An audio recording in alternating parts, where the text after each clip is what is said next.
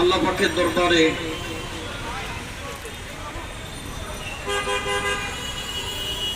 লক্ষ কোটি শুকরিয়া। একজন অন্ধ মানুষ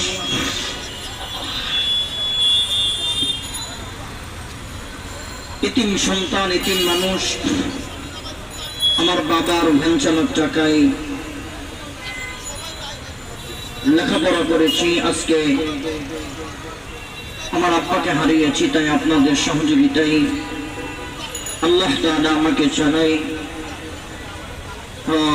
যা দয়া হবে আল্লাহ রাস্তায় দান করবেন।